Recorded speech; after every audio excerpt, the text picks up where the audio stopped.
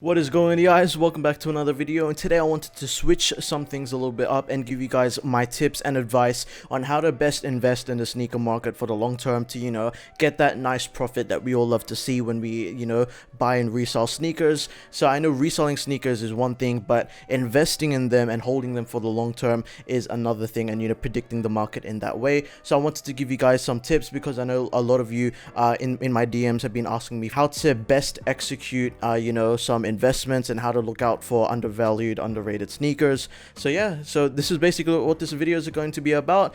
Please make sure to hit the like button if you do enjoy, and also subscribe down below if these advice and tips helped you out. Without further ado, let's go on with tip number one. I might make these a regular series on the channel depending on how welcome this video is going to be. So tip number one is to check for any external variables that affect the demand or the story of the sneaker. So one really good example is going to be the Last Dance documentary and what that did for all retro OG colorways of the Air Jordan 1, all the retro silhouettes and the models. So basically what that did was incite hype for such an OG, like the GOAT. Michael Jordan is the GOAT of basketball, so that's why it created so much more demand, because the Last Dance documentary was a huge thing and basically retold the legendary and iconic career of Michael Jordan. So obviously that did bring up the prices of a ton of OG colorways, just like maybe even the Rookie of the Years, just because literally Rookie of the Year Michael Jordan did have that title, a colorway that basically encapsulated that iconic piece of history. It just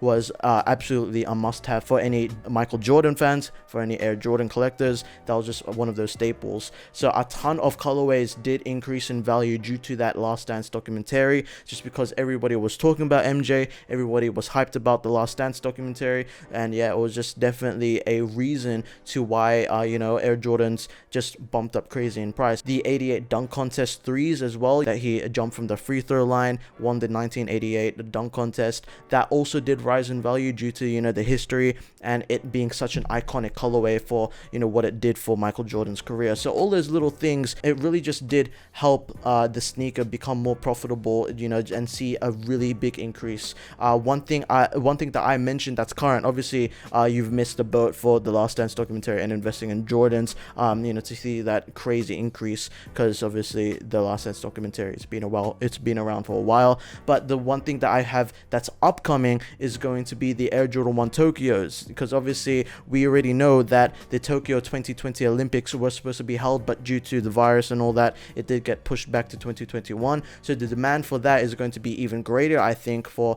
than what it would be if the 2020 Olympics did occur with no delays or whatever. Since it did get delayed, there's more anticipation for the Olympics to occur, and then therefore Tokyo, it's going to be plastered everywhere for when the Olympics start to come up and start to get more publicity. And therefore the Air Jordan 1 Tokyos, it being so synonymous and having the name labeled as the Air Jordan 1 Tokyos, that will just bring the prices up even more. So yeah, that pretty much wraps it up for tip number one. I think that was pretty long, but I think that I did go extensive, so yeah, there's that as well. Tip number two is to look for sneakers that have high retention value over the long term, because when you're investing in sneakers for the long term, you're not just going for those quick flips. You want to know if the sneaker will keep its value. The thing that I found out works best is investing in retro OG sneakers, because those have crazy retention value and they always constantly increase, no matter if it's between 6 months, 6 years, they're just always there. They're always OG colorways. So I do think that investing in retro sneakers, just like the Air Jordans, Nike SBs,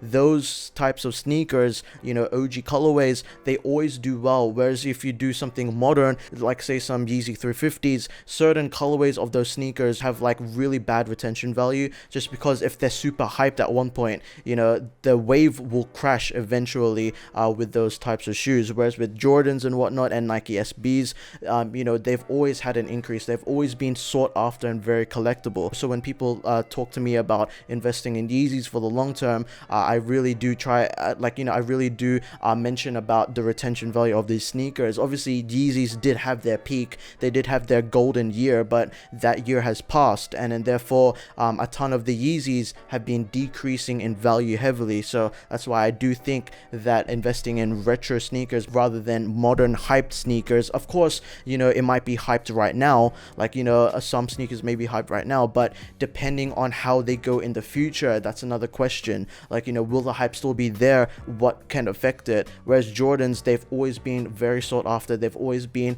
you know, a very collectible shoes. They've basically cemented their place in being a very, very investable sneaker for the long term. So that pretty much wraps it up for tip number 2. Invest in sneakers with a high retention value, most often retro sneakers. The last tip for this video, tip number 3, is to consider the initial capital investment and the possible potential of a high return on investment. Now, this is super important because they go hand in hand. If you have a sneaker, like, you know, let's just take for example the Yeezy 350 V2, that has a huge capital investment, while high, you know, in contrast to other sneaker releases. I think they retail for like 220 USD or 340 Australian dollars. That is crazy high, but then the return on investment is like 10% over retail. They usually go for like 400 bucks or 450, so that return on investment is like about an extra 10 to 20% for a huge $350 initial capital investment. So this is what I always talk about. I preach about Nike SB Dunks. You know, they only retail for like 90 USD to like, you know, 140 Australian dollars,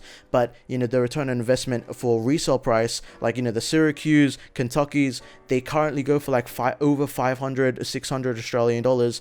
The return on investment was like about 500% for an initial, you know, capital investment of only 140 bucks if you do cop for retail price. Even if you cop at resell, you know, sometimes for resale price, some Jordans, some Nike SBs, they only hover for around 350 bucks after, you know, the initial release date, and then they climb up in a couple months and they double in price. So even if you cop for resale price, you know, they will double, and then you'll get a 200% return on investment. So that is absolutely crazy. That's why I think that, you know, the resale prices and the, you know, the investability of the Nike SB Dunks and the Air Jordan 1s is just so OP. There's so much potential in the resale market for those. That's something I look at when, you know, I see if a sneaker is going to have that potential. Like, so can it bring me some nice return on investment? Because these ROIs, you know, it's for everything. It's for every single asset that people invest in, whether that be stocks, whether that be properties like real estate. It's just everything. Like, you know,